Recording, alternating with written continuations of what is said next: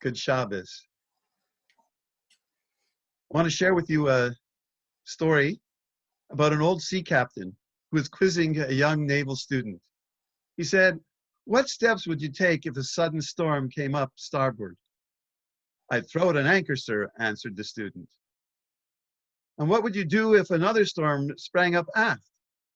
"I'd throw out another anchor, sir." "Well, what if a third storm sprang up forward?" "I'd throw out another anchor, captain." "Just wait a minute, son," said the captain. "Where in the world are you getting all those anchors?"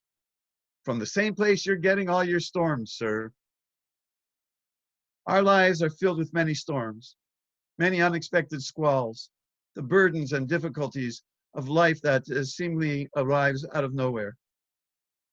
Economic downturn that can change all our plans, the scramble to pay bills, the canceled vacation or lost addition to the house, bankruptcy, the embarrassment and shame we feel, the bitterness and lost pride, the unexpected diagnosis, heart disease, diabetes, cancer, the shock and denial, the disbelief and anger, the bitterness and depression, the loss of a loved one, the breakup with a boyfriend or girlfriend, a divorce after years of marriage, the death of someone we love dearly and feel we can't live without, the burdens placed on us by others, our elderly and ailing parents, our children's developmental, academic, or social difficulties, the workload that gets dumped on us because others don't pull their own weight.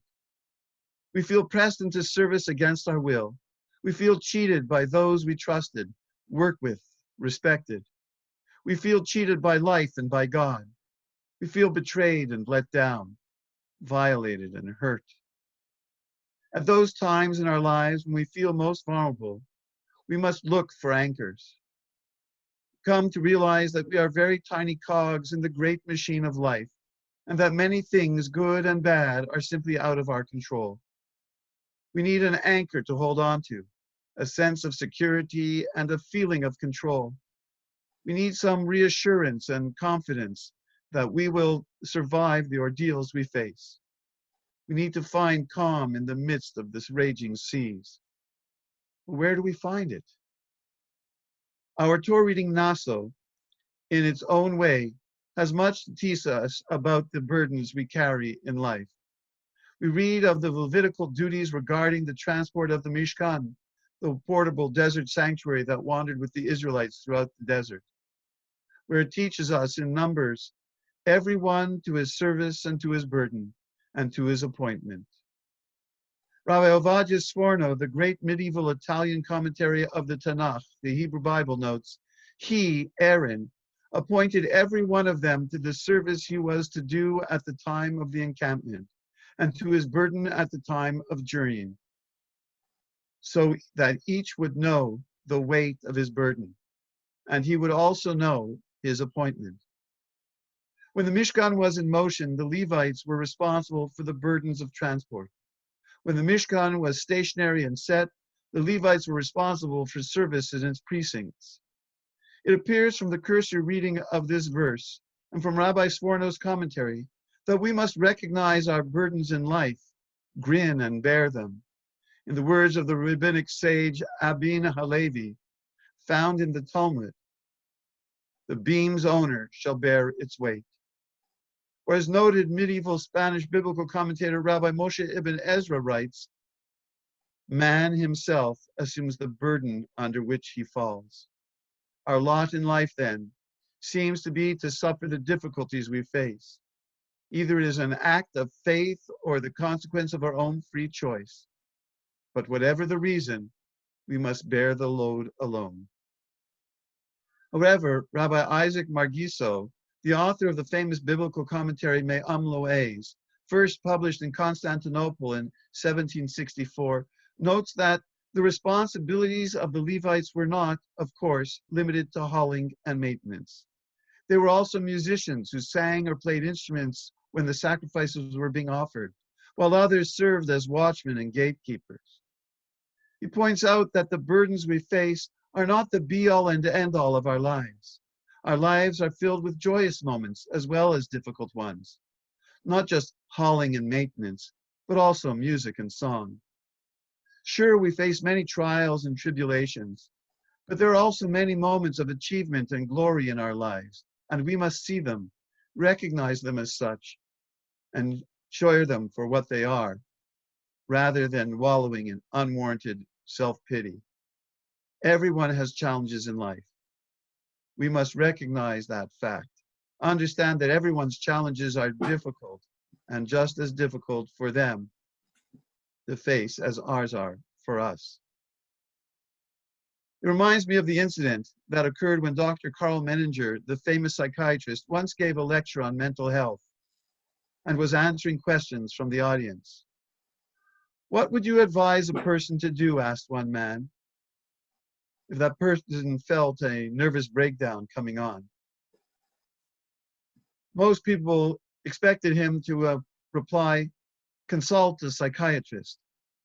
But to their astonishment, he replied, "Look up at your house, go across the railroad tracks to the other side of town, find someone in need, and do something to help that person." In other words, as bad as things may seem to us, there is always someone else suffering worse. He also teaches that extending ourselves in an act of gimilut chasadim, of loving kindness, can also provide spiritual, emotional, and psychological healing for us when we hurt most. The words of the ancient writer Ben Sira, "What is too heavy for you, lift not." Instead, follow the advice of the great Talmudic sage Rabbah, who said, "I'll carry the load if you help me lift it." This is what Rabbi Sforno meant when he wrote, "So that each would know the weight of his burden and would also know his appointment." We must see our burdens for what they are, but not let them get the best of us. We must also recognize that we need not carry them alone. We are professionals, and there are professionals who can help us. There are family and friends who love us and can offer comfort to us and support us. And there is God. The book of Psalms offers us comfort and encouragement when it teaches, "Blessed be the Lord. Day by day, he bears our burden." There's a wonderful story about a man who had a dream that he was walking along the beach with God. Across the sky flashed scenes from his life. For each scene, he noticed two sets of footprints in the sand, one belonging to him and the other to God. When the last scene flashed before him, he looked more closely at the footprints and noticed that many times along the path, there was only one set of footprints in the sand. He also noticed that this happened during the lowest and saddest times of his life. This really bothered him. And so he questioned God. He said, "Lord, you said that once I decided to follow you, you would walk with me all the way. But I noticed that during the most troublesome times of my life, there was only one set of footprints in the sand. I don't understand why, when I needed you most, you deserted me." And God replied, "My precious, precious child, I love you and would never leave you. During those times of trial and suffering, when you see only one set of footprints in the sand, is because then I am carrying you." Often in our loss and pain, we carry seemingly unbearable burdens in life. We do not notice that we are carried by the love of God as well as the love of family and friends. Yet we are sustained and strengthened by many support systems that carry us until we can once more walk on our feet safely and securely. The words of the psalmist, "Cast your burden upon the Lord, and he will sustain you." We all have burdens to bear in our lives. We have to carry them. They are heavy, painful, and annoying, but carry them we must. However, like the Levites who must carry the burden of the Mishkan, there comes a time when we can put the burden to rest and enjoy the music and song in our lives. Yes, it's hard to forget, to apologize, to save money, to be unselfish, to avoid mistakes, to keep out of a rut, to begin all over again, to make the best of all things, to keep our temper at all times, to think first and act afterwards, to maintain a high standard, to keep on keeping on, to shoulder the blame, to be charitable, to admit error, to take advice, to forgive. These too are the burdens of life, but it pays to try. At age 42, George Sand, the famous 19th century female French novelist, who used a male pseudonym to cover the fact that her novels were written by a woman, was a broken and depressed human being. Her personal life at this time had fallen apart, and she was the victim of severe personal criticism from powerful and influential people in France. One day, feeling low and melancholy, she wandered into the woods near her home, where she had played as a child. Seated on a boulder, she thought over the past, pondered her future, and tried to analyze her personal situation. After some time, she reached a conclusion that was to enable her to go on to write another 50 plays and novels. That decision was, henceforth I shall accept what I am and what I am not. With my limitations and my gifts, I shall go on using life as long as I am in this world and afterwards. Not to use life, that alone is death. Judaism always taught, "Uvacharta v'chaim," therefore choose life. Even though the burdens of life sometimes overwhelm us, we must choose life and face the future with courage and fortitude. We must keep our difficulties in perspective and know that we are not alone, that those who love us can help us journey through the dark paths that may lie ahead. In the words of the author Gwen Davis, it doesn't matter how agitated my periphery is, as long as my center is calm. That calm center can be found within each of us, within the close circle of loved ones we turn to for support, and in God.